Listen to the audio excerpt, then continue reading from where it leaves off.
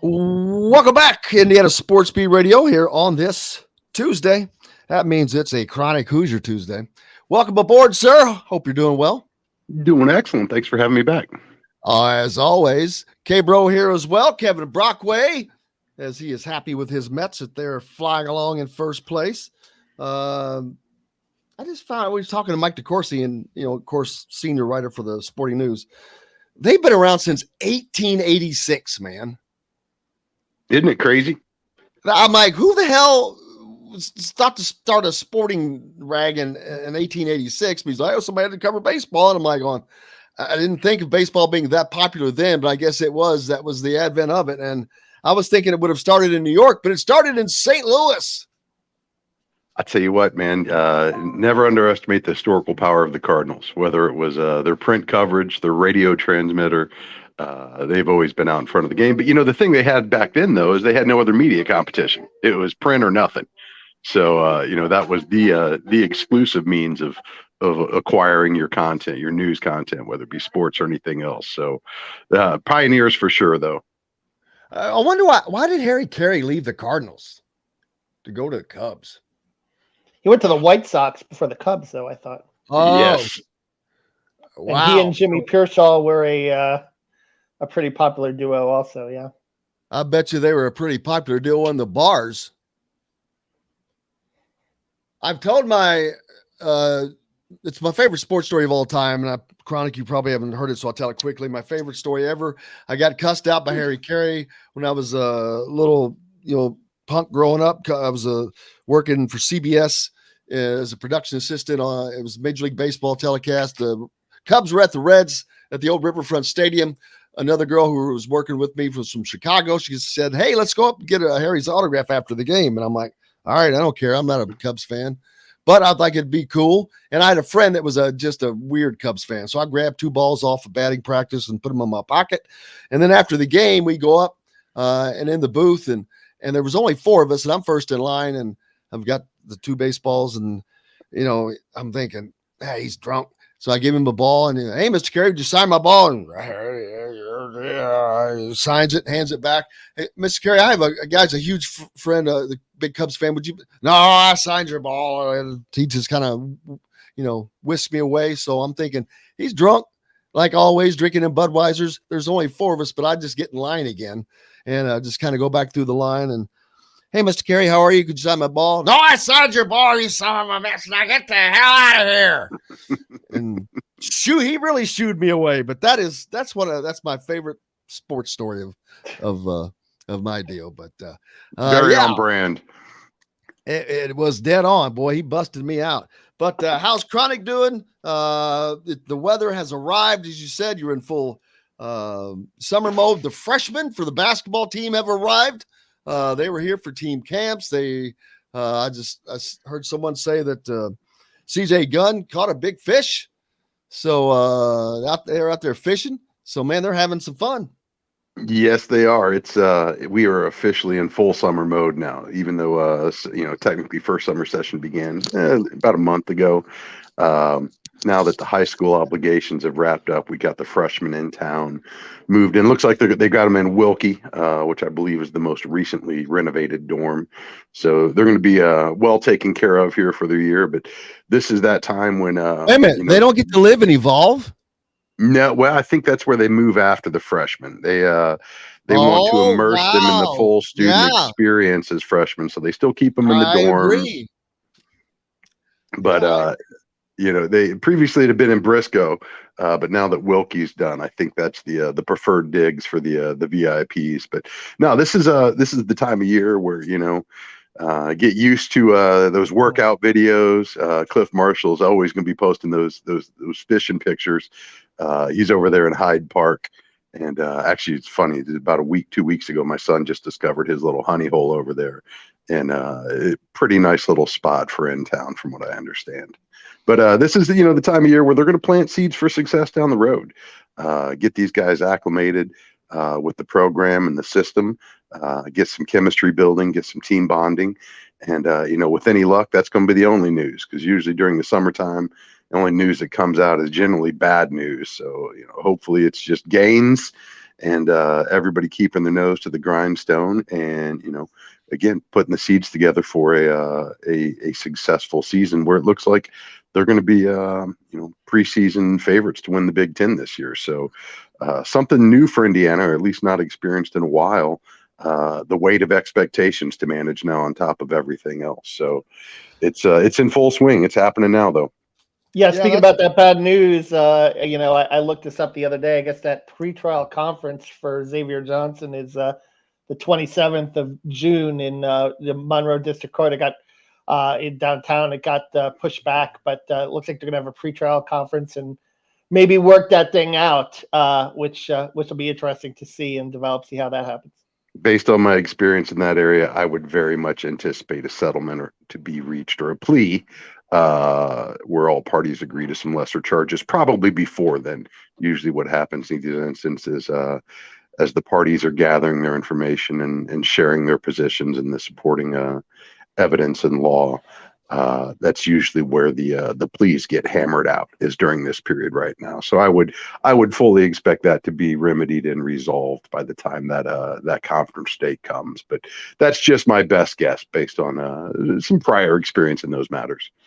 Exactly, and trust me, the price that's being paid it's exacting. I assure you, because the price is multiple.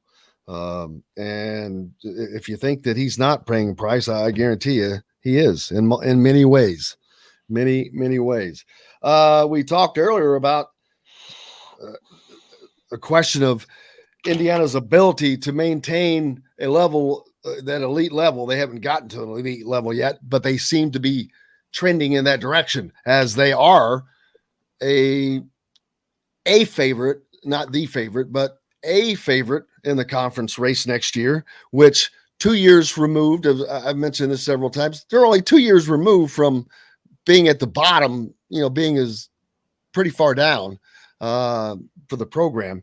But that seems like that's a distant memory now. You've got a great class that's here on campus that is having fun, and everyone's looking forward to it. There's no, it's probably the best preseason for Indiana basketball fans. I don't know how far you got to go back, Chronic, but a long time, 12 to 13. At least 12, 13, probably. Yeah. And that was riding on some good hope. This one's a little different because you still don't know who the shooter's going to be. But I was talking to him. I'm like, man, don't count CJ Gunn out. He's a gunslinger type. He really is. And he may be a guy this year until he gets immersed, and I don't know, but he could be an up and down guy. He could be a guy that goes out there and gets 20 points one night once he gets on a run, because I've seen him do that in high school, man. I've seen him just light teams up in a fourth quarter. He did it a lot, and he did it from distance. So it's going to be interesting to see how these guys mix, who gets to play. I mean, everyone thought Indiana was deep last year, and they weren't. They had a lot of people, but they didn't have a lot of talent. They got a lot of talent now. Yeah, that's going to, there's a lot of questions heading into this season, obviously, with the increased expectations. You certainly have an upgrade in talent. I think that's pretty much irrefutable at this point.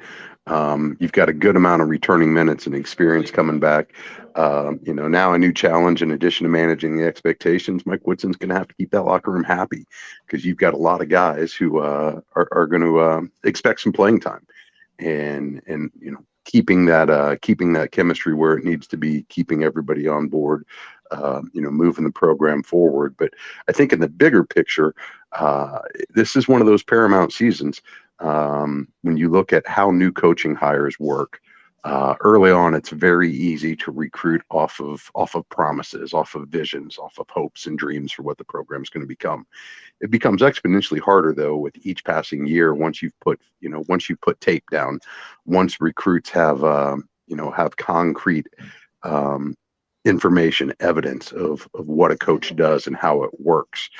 And that cuts both ways, because there are staffs that are going to use that against you. So, as we've seen with prior coaching hires here at Indiana in the recent past, often some of the biggest recruiting success happens early on, and then it's going to rise or fall based off results on the court. So, Woodson was able to put together a hell of a class, all things considered, going into this season. Whether he's able to sustain that, though, is probably going to be what makes or breaks his tenure here at Indiana, because there's going to be a pretty significant departure of talent after this year. And that's the thing. It's not just putting together a great class. It's how do you sustain that talent? And the old adage in coaching, you want to get old and you want to stay old. They're there right now. Whether they can sustain that's going to be the $1 million question going forward. But the pieces are certainly in place to make a run. But now it's time that they have to actualize those hopes and those aspirations and those recruiting pitches and turn it into something tangible, because success breeds success, and kids want to play with winners. And that's ultimately going to be what determines probably this program's fortunes going forward. So. And Chronic, I'll make this point: buy-in comes when you have a plan that works. I think that's the thing. I mean, whatever we always talk about effort and so forth and everything like that, kids are going to go the extra mile for you if you have a plan that works. And I think kids see that. I think athletes see that, right? They see that, if you have a faulty plan, and we've seen this with some, recent past coaches here at Indiana, it gets harder and harder, to get that extra mile that you're going to need to have success. Even though, you want all athletes to, be on all the time. It's easy to get discouraged if the plan doesn't work. Absolutely. Yeah. And the inverse is true. Look at football last year. When things don't go to plan, how quickly things can unravel on you. Well, that was a little bit slightly different in that football has never had backing of the fans or the school, really. And everyone had good reason to be on that train last year. And man, you talk about a derailment, buddy. That was as big a derailment and as I've seen in football that I can remember in college football. And the sad thing is the fans were there, and if they have a successful season last year, just a moderate successful season, they beat Cincinnati, but some things coming into this year, that Illinois game, oh my God, it would be rolling, because if Indiana had just done that with football, because basketball, there's already the excitement. So when you add that excitement, it's just an aggregate thing. Unfortunately, that's not going to be there. And I'm a little worried for Indiana in that opening game against Illinois. I hope the fans show up and show out. I don't expect a sellout, of course, but with it being a first game, I wonder what that's going to be like after what happened last year. Well, that's the heightened risk and rewards of those higher expectations. And I don't think anybody historically would take issue with IU's record last year, even though it was lower than the mean. It's totally in character for Indiana football historically. What made last season different? Indiana started off ranked. Indiana started off with a boatload of expectations. For the first time, they had, attained some national respect in the polls and in the college media. So, it just made that fall that much farther. And, that's a risk that's increased with basketball this season. They absolutely cannot stand to have another one of those stretches during February like they did last year, where, they just plummet in the conference standings. Momentum is a fickle thing like that, but right now they're heading into it with the tailwind.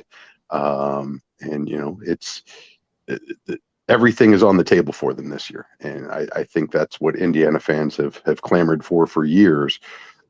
National relevance, competitive, both in conference as well as on the national stage. And that's going to be put to the test, with the non-conference schedule that we've seen so far.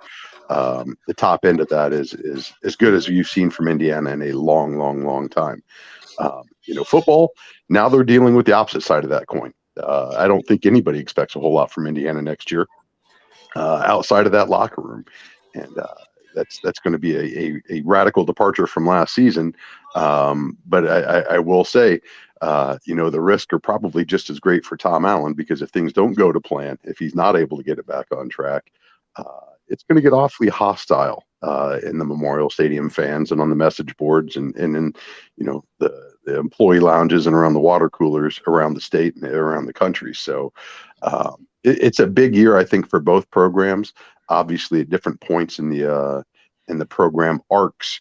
But I think there is a lot at stake for both coaches, quite frankly, as they head into the next season. I think Kevin, that the difference is, you don't have Trace Jackson Davis coming off a significant injury in ACL, whereas last year you had Michael Penix coming off that injury, and perhaps we were a little naive because we saw Mike Penix come off an ACL the first time and play at an extremely high level, and it didn't pan out the second time, and then by game 5 he was done, and then the injuries mounted. Plus, people forget too, last year Taiwan Mullen, another guy who went down in early October and wasn't the same with his leg. And I remember I asked Tom Allen that over the summer because he didn't play in the spring. I'm like, where is he? Because I think if there's one guy that can turn around Indiana's fortunes next year, it's Taiwan Mullen. He's your only All-American back from that team in 2020. And he's a guy that, if he's playing as a lockdown corner in the Big Ten like he did in 2020 and making plays, it makes, as Tom Allen says, you can play your secondary so much differently when he's playing at that level. And I also want to ask, since we've heard Jim or Ryan Day say it's going to take $13 million a year, basically a $13 million salary run for Ohio State.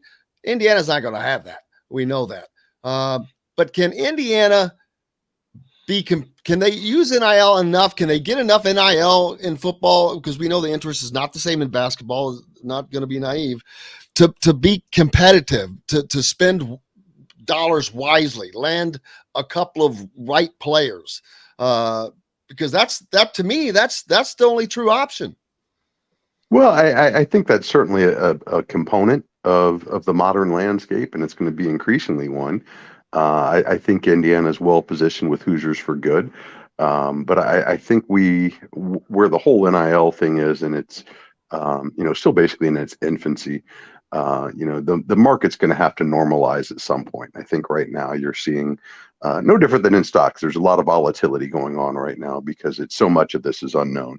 But so much of this is old hat at the same time. I mean, this is nothing different than what's happened throughout the history of college athletics.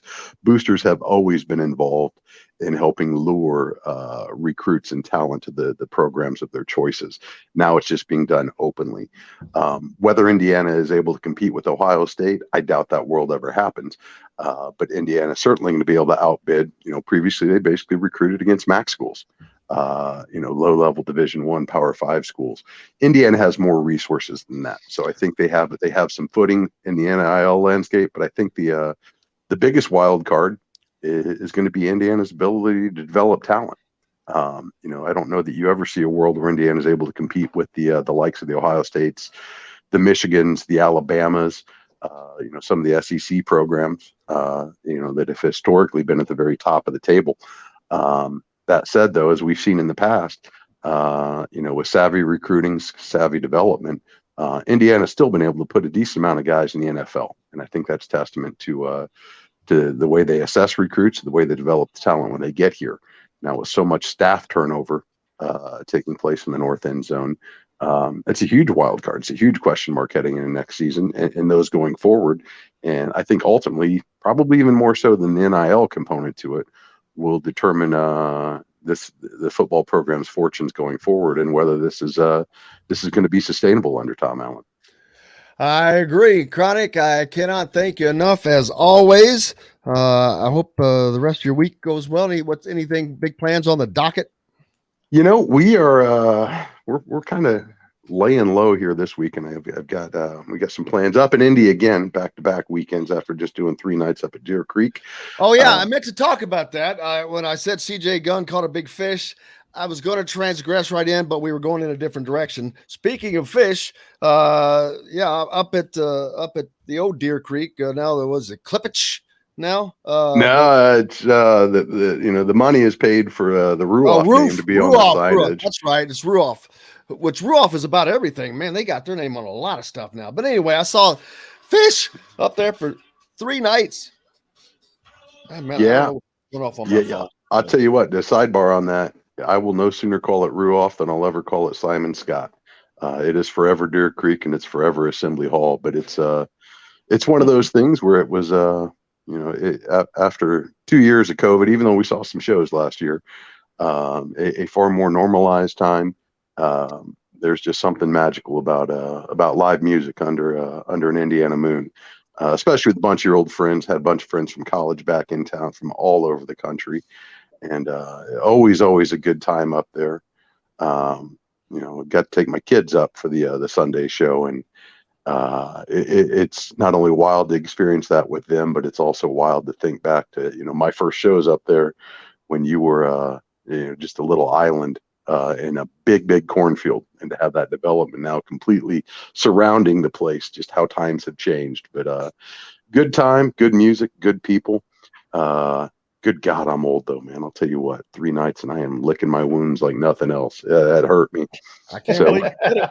I can't believe you did it. I give it up to you, brother. I can't believe you did it. I worked Friday, Saturday too, so it wasn't like this was a Wow. vacation by any means. We were cramming it in, but always worth it. Always a good time. But no, we're gonna lay low a little bit here. Got a wedding up in Indy this weekend, and then we are staring down a vacation down in sunny Florida here. So trying to take full advantage of B-Town summer and getting out of B-Town for a week, heading back down to Cape San Blas in Florida. Have some Apalachicola oysters down there for me. It's good stuff. I'll tell you what, the place we set up, there's a company called the St. Joe Shrimp Company. It's right outside of Port St. Joe, Florida. It's a 20-mile atoll. Great beach. It's actually voted America's best beach. But Shrimp Company is about 2.5 miles on either side of our beach house, and they have fresh caught Gulf shrimp and pretty much any other seafood you could eat, and that basically comprises the entirety of our dining when we're down there. That's every bit as much a part as the beach is having some great fresh seafood. They steam for you, seasoned to your choice, and just bringing it back in a big old aluminum foil tray, and just everybody mowing down. I cannot wait. I can smell it. Just remember, Chronic, it's okay to be a little shellfish, so Dun-dun-dun. Chronic Hoosier, brought to you by our good friends at Andy Moore Honda, Bloomington. Thank you, brother. Appreciate it. Thanks as always for having me. You guys be well, and we'll catch you next week.